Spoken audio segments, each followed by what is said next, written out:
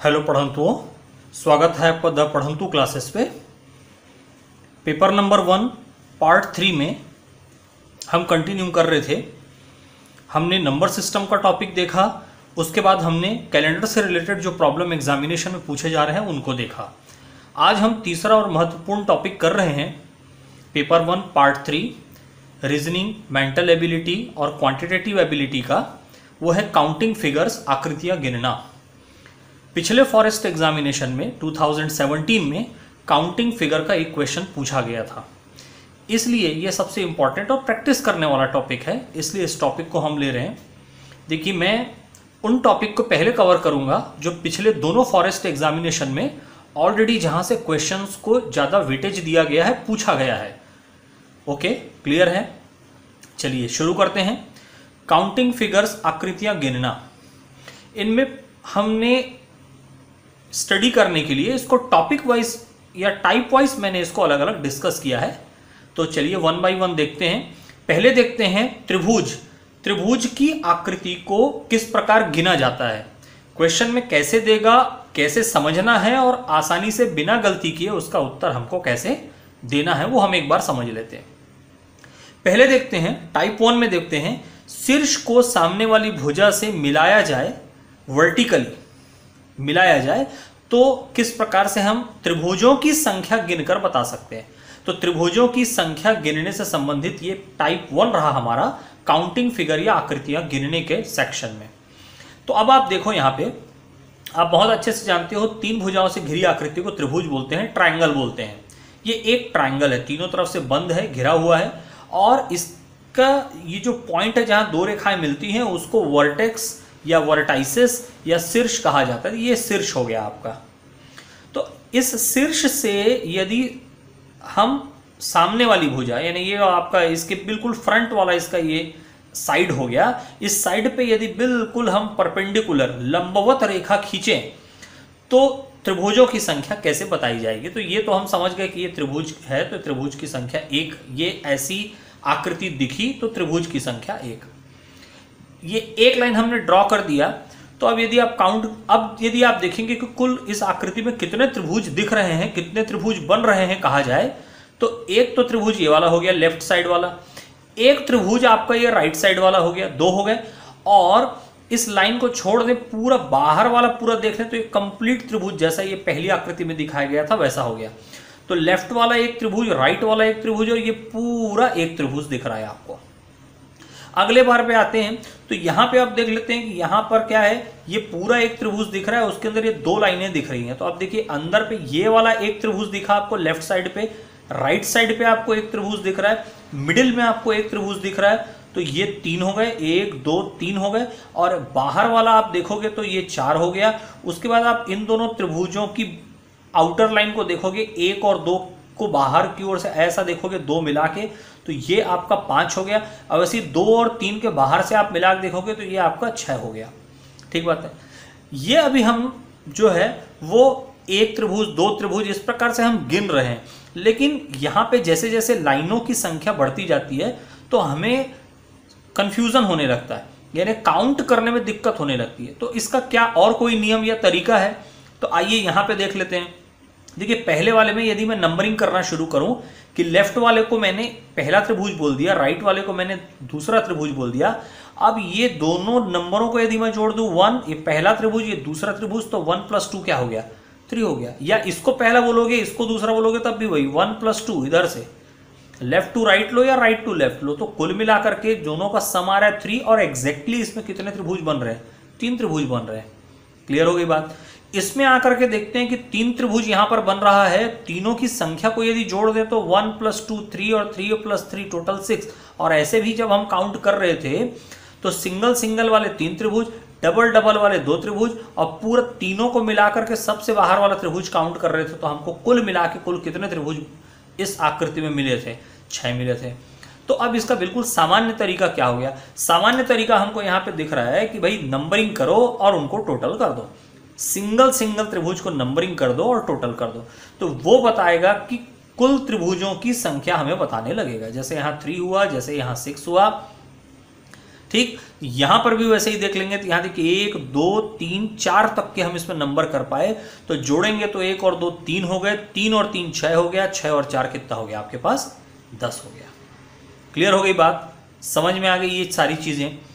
अब यहां पे और एक चीज कंसेप्ट यहां पे निकल के आता है कि भाई ये 1 2 फिर 3 1 2 3 फिर 4, ये तो गिनती हो गई, यानी ये प्राकृतिक संख्याएं कहलाता है। नंबर सिस्टम में पहले ही देख चुके हैं, नंबर सिस्टम में परिमेय संख्या का पहला वाला प्रकार प्राकृत संख्या या प्राकृतिक संख्या या नेचुरल नंबर, जिसको कि n से प्रदर्शित करते हैं, गिनती जिसको हम सामान्य भाषा में बोलते हैं। तो इनका सम निकालने का भी एक फॉर्मूला होता है हमारे पास कि भाई 1 2 3 इस प्रकार से यदि मैं कहूं कि n नंबर हैं, n तक के नंबर हैं, तो n तक के नंबरों को सीधे सीधे उनका योगफल निकालने के लिए फॉर्मूला होता है n+1 और y क्या होता है आपका 2। ठीक बात, जैसे दो संख्या ली है 1 और 2, तो दो संख्याओं का टोटल 3, ये तो हम सामान्य तरीके से सामान्य जोड़ से ला रहे हैं। यहां से देखें यदि n बराबर यदि मैं रखूं सीधे 2 रख दूं, 1 2 2 संख्या सीधे 2 रखूं, तो मुझे क्या मिल जाएगा, मुझे मिल जाएगा यहाँ पे 2 2 गुणित हो जाएगा 2 और 1 3 और बटे 2, तो 2 और 2 कैंसिल हो, तो देखिए मेरे को क्या मिल गया 3 मिल गया। उसके बाद देखिए इसमें 3 तक संख्या थी, यदि मैं n की जगह पर 3 रख दूं तो इस फॉर्मूले के अनुसार क्या हो जाएगा 3 होगा, 3 के बाद 3 और 1 कितना हो जाएगा 4 होगा। इसको 2 से हम भाग दे देंगे तो क्या मिलेगा 2 दूनी 4 और 2 तिया कितना हो जाएगा आपका 6 हो जाएगा। इसी प्रकार से आखिरी वाले पे भी आप देख लो 4 है, तो आप फॉर्मूले पे रखोगे तो 4 रखोगे, 4 और 1 हो जाएगा 5 और बटे 2, 2 दूनी 4 हो गया, इसलिए 2 पंचे कितना मिल गया आपको 10 मिल गया। तो ये एक गणितीय तरीका और हो गया। तो इस प्रकार से लिख के टोटल कर सकते हैं, और यदि ये संख्या बहुत ज्यादा दी है 4 के बाद 5 6 7 8 से अधिक दिया है, तो सीधे फॉर्मूले में रखिए, काउंट करके नंबर आखिरी वाला नंबर रख दीजिए, उससे 1 बढ़ाकर गुणा करते हुए रख दीजिए। 3 है तो 3 के बाद 4 आएगा, 4 है तो 4 के साथ 5 आएगा, 2 है तो 2 के साथ 3 आएगा, और गुणा करके 2 लगातार संख्याओं को गुणा करके हमेशा किससे भाग दे दीजिए 2 से भाग दे दीजिए। तो ये टाइप 1 हुआ। कभी भी किसी त्रिभुज में शीर्ष से ऊपर वाले बिंदु से, पॉइंट से, वर्टेक्स से सामने वाली साइड पे यदि आप बिल्कुल परपेंडिकुलर सीधी लाइन आप ड्रॉ कर देते हो, या इस प्रकार से लाइन आप ड्रॉ कर देते हो, तो नंबरिंग करके उस आकृति में कुल कितने त्रिभुज बनेंगे उसकी संख्या निकाली जा सकती है। क्लियर हो गई बात। ये हमारा टाइप 1 हुआ। अब आते हैं टाइप 2 पे। अब देखते हैं कि टाइप 2 पर क्या है। वहां पर हमने देखी थी खड़ी रेखाएं, ठीक है, वर्टिकल लाइंस हमने देखी थी। अब हम देख रहे हैं क्षैतिज रेखा, आड़ी रेखाएं या हॉरिजॉन्टल लाइंस। ठीक बात। तो आड़ी रेखाओं पे क्या होगा, देखिए ये तो त्रिभुज हुआ, ये तो हमको पता है ये त्रिभुज है। एक आड़ी रेखा खींचे, अब यहां काउंट करके देखते हैं, तो ये एक ऊपर वाला त्रिभुज बना और एक ये पूरा ले पाएंगे, क्योंकि ये वाला तो चतुर्भुज हो जाएगा, नीचे वाला अलग से नहीं ले सकते। ये 1 2 3 और ये 4, तो ये तो चतुर्भुज हो गया, अलग अलग यहां नहीं ले पाएंगे जैसा कि पिछले वाले में ले पा रहे थे। यहां पर 1 हो जाएगा पहला वाला भाग, और 1 के बाद ये पूरे त्रिभुज को काउंट करेंगे तो हो गया 2 भाग हो गया। उसके बाद यदि इसमें 2 लाइन देखें तो एक ये सबसे छोटा त्रिभुज, फिर उससे बड़ा नीचे वाली लाइन से मिलाते हुए ले लेते हैं, और उसके बाद सबसे नीचे वाली लाइन से मिलाते हुए, इन्हें कुल मिला के यहाँ बेस कौन बन रहा है, ये लाइन ही त्रिभुज का निर्धारण कर रही है या पहचानने में मदद कर रही है। तो ऐसी चित्रों पे जहां पर, ऐसे त्रिभुजों पे जहां पे क्षैतिज रेखाओं का उपयोग किया गया है, वहां त्रिभुज को किस प्रकार गिनेंगे, तो वहां त्रिभुज को गिनने के लिए, कुल त्रिभुजों की संख्या पता करने के लिए कुछ नहीं, केवल हमें इन लाइनों को गिनना है बस। इन क्षैतिज रेखाओं को, इन हॉरिजॉन्टल लाइनों को, इन आड़ी रेखाओं को सिर्फ काउंट कर लीजिए। यहां आड़ी रेखा 1 है इसलिए त्रिभुज की संख्या 1, यहां आड़ी रेखा 1 और 2 है इसलिए त्रिभुज की संख्या 2, यहां आड़ी रेखा 1 2 3 है इसलिए कुल त्रिभुजों की संख्या 3 होगी। यहां आड़ी रेखाएं 1 2 3 और 4 हैं, तो कुल क्षैतिज रेखाओं की संख्या के अनुसार यहां त्रिभुजों की कुल संख्या क्या हो जाएगी 4 हो जाएगी। ठीक। तो खड़ी रेखाओं पर भी यानी वर्टिकल लाइंस के आधार पर भी, और आड़ी रेखाओं पर भी यानी हॉरिजॉन्टल लाइन या क्षैतिज रेखाओं के आधार पर भी आप याद रखिएगा कि किस प्रकार से त्रिभुजों की संख्या निकाली जा सकती है। दोनों बहुत इंपॉर्टेंट है, एग्जामिनेशन में बिल्कुल पूछे जाते हैं। अब आ जाते हैं टाइप 3, ये दोनों लाइनों का उपयोग होगा तब क्या करेंगे। ठीक, दोनों लाइनों का उपयोग होने पर हम किस प्रकार से करेंगे। लंबवत और क्षैतिज यानी आपका वर्टिकल और हॉरिजॉन्टल दोनों रेखाएं आ जाएंगी, दोनों की दोनों रेखाएं आ गई, तो हम किस प्रकार से इसको लेंगे वो एक बार देख लेते हैं। ये देखिए, ये आपके पास ये त्रिभुज दिया गया है। यदि इसको अब हम काउंट करते हैं, त्रिभुजों की संख्या यदि इसमें हम काउंट करते हैं तो किस प्रकार से हो जाएंगी वो एक बार देख लें। ये आपके पास देखें, ये त्रिभुज हो गया, ये लाइन कट कर रही है, तो ये ऊपर वाला त्रिभुज कितना हो जाएगा, ये 1 हो गया, ये 2 हो गया, ठीक बात है, और ये पूरा मिलाकर के कितना हो गया, 3 हो जाएगा। फिर उसके बाद नीचे वाली लाइन के अनुसार आते हैं, तो ये वाला आपका 4 हो जाएगा, ये वाला आपका 5 हो जाएगा, और पूरा ले लेंगे तो कितना हो जाएगा आपका 6 हो जाएगा, ठीक बात है। यानी ये 1 2 हुआ, फिर से यदि इस वाले रेखा को आधार मानकर मैं लेता हूं पूरे को, तो फिर से वो 1 और 2 हुआ। क्लियर हो रही बात, ध्यान रखिएगा, ये 1 और 2 मैंने चतुर्भुज के कारण नहीं लिखा है, मैं इस शीर्ष को कॉमन ले रहा हूं, इसको भी काउंट करने के लिए ऊपर वाले को, नीचे वाले को भी काउंट करने के लिए शीर्ष को ही कॉमन ले रहा हूं, ताकि मैं आधार से मिलाते हुए गिन सकूं। ठीक, तो यहां पे आप देख लीजिए हमारा टाइप 1 वाला तरीका कि भाई 1 और 2 मिलाकर हो गया 3, तो इसके 3, और फिर वैसे ही नीचे में इस लाइन को यदि हम छोड़ दें, क्योंकि अब तो काउंट कर चुके हैं, तो फिर से वो 1 और 2 3, 3 और 3 6। तो मतलब ये हो गया कि सीधा नंबरिंग करने के बाद यदि बिल्कुल सिमिलर पैटर्न पे चीजें चल रही हैं तो आप डबल कर दीजिए। तो ऊपर वाले का भी 3 हो रहा है, नीचे वाले का भी 3 हो रहा है, तो 3 और 3 कितना हो जाएगा, 6 हो जाएगा। क्लियर हो गई बात यहाँ पे। वैसे ही आप देख लीजिए नेक्स्ट वाले पे क्या है, नेक्स्ट वाले पे 3 है, तो देखिए 1 2 3, इसमें भी आपका वही सेम चीज चलेगा, 1 2 3 यानी डबल कर दीजिए, तो 1 2 3 और 3 आपके 6 हो जाएंगे, और 6 गुणित 2 आप करते हो डबल दोनों के हिसाब से, तो चीजें 12 हो जाएंगी। इसमें 12 त्रिभुज की आकृति आपको मिलेगी। इस वाले पे 12 और इस वाले पे आपको कितना मिल जाएगा, 6 मिल गया।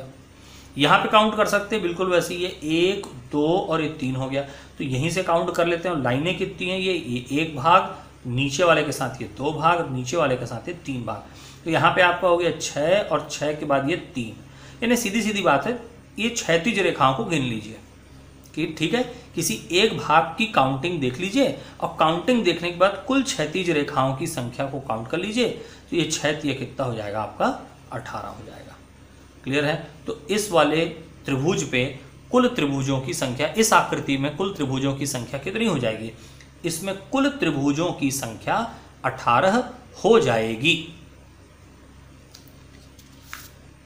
चलिए एक और एग्जांपल इसमें देख लें, इसी कंसेप्ट के आधार पर देख लेते हैं कि यहां पर देखिए कि 1 2 3 4 नंबरिंग कर रहे हैं, 4, यही 4 4 पूरे भाग में चल रहा है, और क्षैतिज रेखाओं की संख्या 1, फिर ये 2, फिर ये 3, फिर ये 4 और ये फिर 5 है। क्षैतिज रेखाओं की संख्या 5 है, और नंबरिंग करेंगे तो 1 2 3 4, 1 2 3 4, 1 2 3 4, 1 2 3 4, और आखिरी में भी 1 2 3 और 4 बिल्कुल समान है, असमान बिल्कुल नहीं है।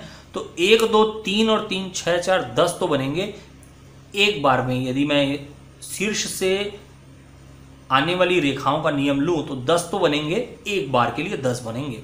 5 क्षैतिज रेखाएं हैं, 5 भागों में बटा हुआ है, तो 10 पंचे कितने हो जाएंगे, 50। इस वाले भाग के लिए, इस वाले रो के लिए, इस वाली पंक्ति के लिए 10, फिर उसके ऊपर वाले के लिए 10, फिर उसके ऊपर वाले के लिए 10, फिर उसके ऊपर वाले के लिए 10, और सबसे ऊपर वाला भाग, सबसे छोटे भाग के लिए भी 10।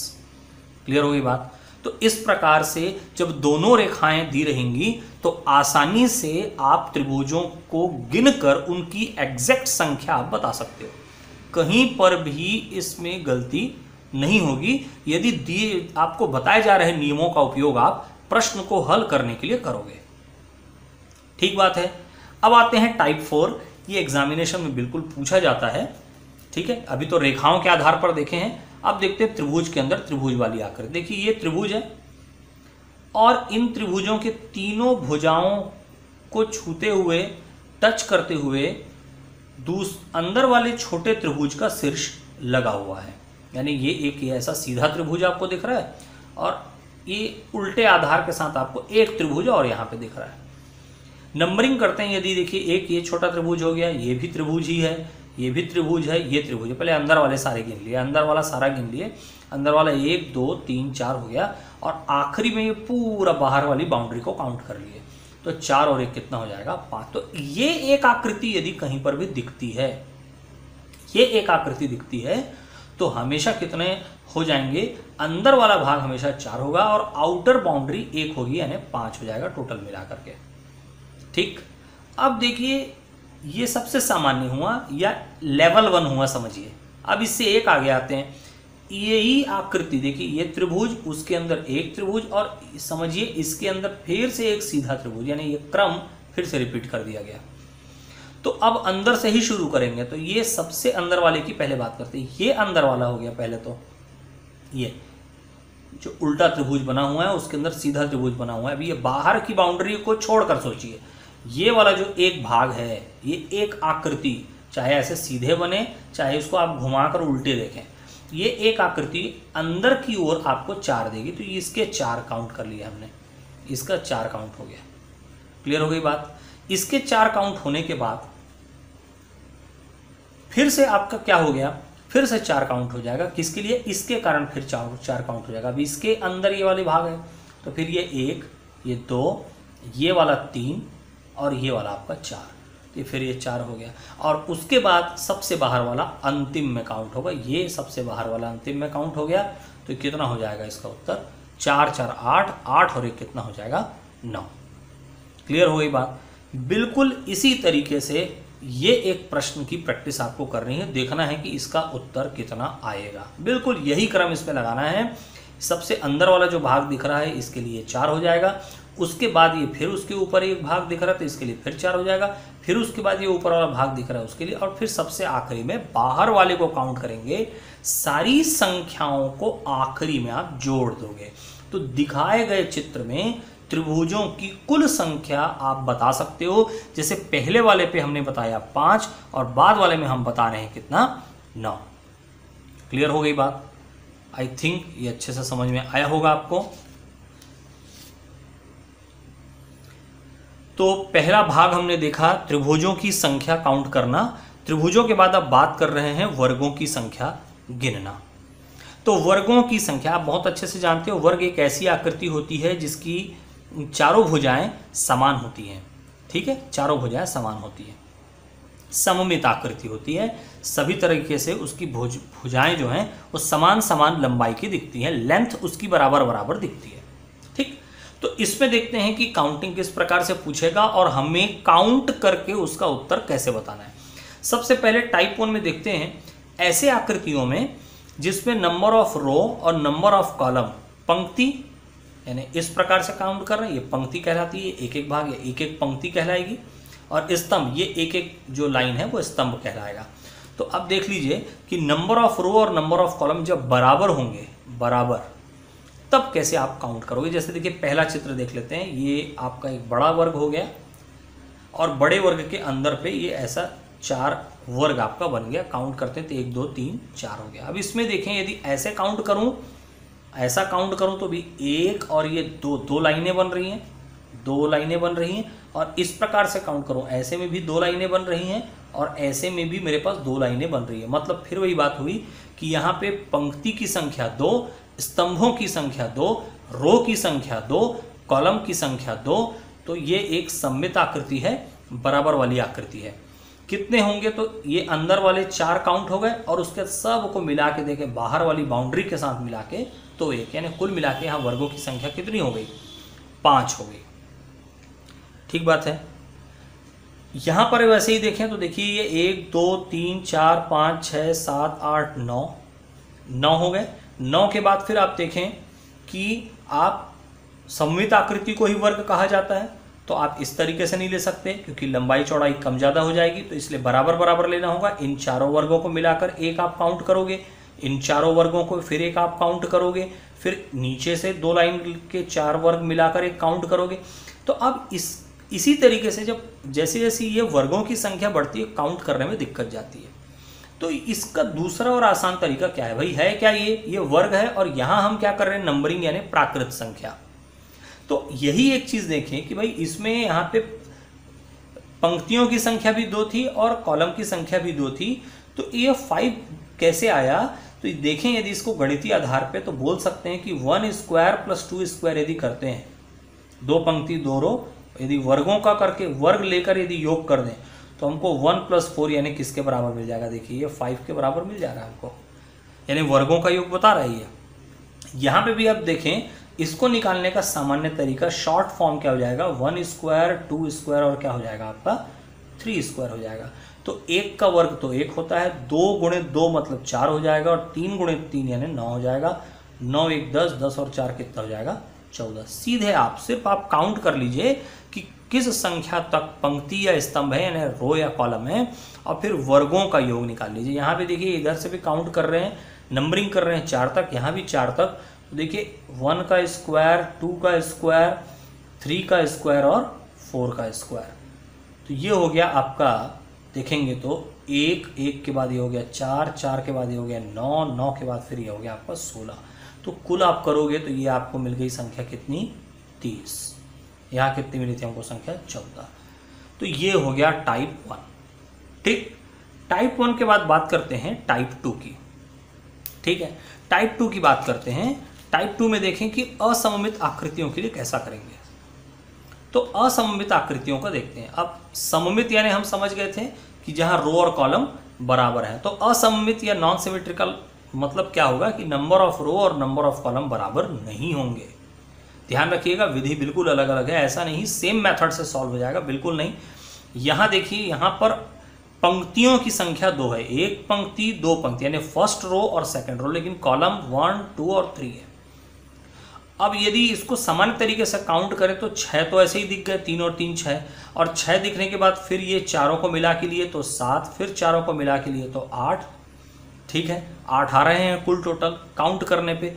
इसे और कैसे निकाला जाएगा, पंक्तियों की संख्या और कॉलम की संख्या का गुणा कर देते हैं। तो एक संख्या ये हो गई 6 और एक एक कम करते जाते हैं। तो 2 से 1 कम हो गया 1, 3 से 1 कम हो गया 2, इनको भी आपस में गुणा कर दिए।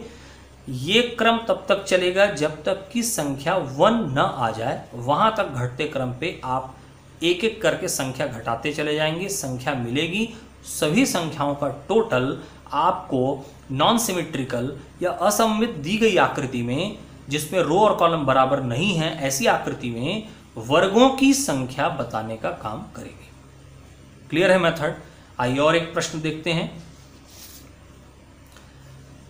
यहां देखिए दिया हुआ है, यहां पर आपका दिया हुआ है 1 2 3 4 5 6 7, ये 7 कॉलम हो गए, 7 कॉलम हमको दिए गए। इधर से काउंट करते तो 1 2 3 4 रो हो गए, यानी ये 4 रो और 7 कॉलम का दी गई आकृति है वर्गों वाली। तो 4 × 7, 4 सत्ते हो जाएगा 28, 4 7 28। 4 से 1 कम किए 3, 7 से 1 कम किए 6, फिर से गुणा किए 3 छक्के क्या हो गया आपके पास 18 हो गया। फिर 3 से 1 कम किए 2 हो गया, 6 से 1 कम किए 5 हो गया, 2 पंचे फिर से क्या हो गया आपका 10 हो गया। फिर 2 से 1 कम किए, 5 से 1 कम किए तो 1 × 4 वापस क्या हो गया 4 हो गया। अब आप में इसको जोड़ देते हैं तो 8 8 16 और 4 20, 0 आ गया, 2 2 4 5 6 और 0 यानी 6 हो गया। यानी यहाँ पे वर्गों की कुल संख्या, अब आप आकृति करके गिनेंगे तो गिनने में गलती हो सकती है, लेकिन मेथड से बिल्कुल गलती नहीं हो सकती। यहाँ पे बिल्कुल 60 आ रहा है, तो यहाँ आप आकृतियों की गणना भी करेंगे तभी भी आपको यहाँ 60 वर्ग मिलेंगे आपको। क्लियर है। इस आकृति में वर्गों की संख्या कितनी हो जाएगी 60 हो जाएगी। समझ में आ गई बात। और एक चीज नोट ध्यान पे रखेंगे आप कि यदि ये ऐसा है इस प्रकार से, तो हमने अभी ही देखा कि ये सममित आकृति है, तो इस पे आपकी संख्या, तो ऐसा कभी भी 1+ बने, 1+ जैसा आकृति बने वर्गाकार, तो उसमें हमेशा वर्गों की संख्या क्या होती है 5 हो जाती है। इस प्लस के साथ इनके शीर्षों को मिलाकर यदि एक वर्ग और तैयार किया जाए तो 5 और 1 क्या हो जाता है आपका 6 हो जाता है। अब इन दोनों का उपयोग कैसे आकृतियों में होता है वो एक बार देख लेते हैं। आप यहाँ पे देखिए, यहाँ आकृति आपकी बनी हुई है वर्ग की, वर्गाकार, प्लस हुआ और अंदर फिर एक वर्ग बना दिया गया। तो ये वाली आकृति को अपन आधार मानते हैं। ऐसी एक आकृति कुल 5 वर्ग संख्या बताती है। तो अंदर वाले वर्ग की आकृति प्लस जैसे साइन के साथ, तो इससे 5 मिलेंगे, और बाहर वाले वर्ग को देखेंगे ऐसे ही प्लस साइन के साथ, तो फिर वापस 5 बनेंगे। तो 5 और 5 टोटल करेंगे तो कुल वर्गों की संख्या कितनी? 10। आई होप आपको ये अच्छे से क्लियर हुआ होगा। तो इस प्रकार से आप दी गई आकृतियों की संख्या आसानी से काउंट कर सकते हैं, वर्गों की संख्या आप काउंट कर सकते हैं, त्रिभुजों की संख्या आप काउंट कर सकते हैं। शीर्ष से लाइन बना करके दिया हुआ है तभी भी आप आकृतियों की गणना कर सकते हैं। ठीक है, तो इसके बाद और भी महत्वपूर्ण टॉपिक के साथ हम आगे कंटिन्यू करेंगे। पढ़ंतुओं, आप लगातार अपनी तैयारी करते रहिए।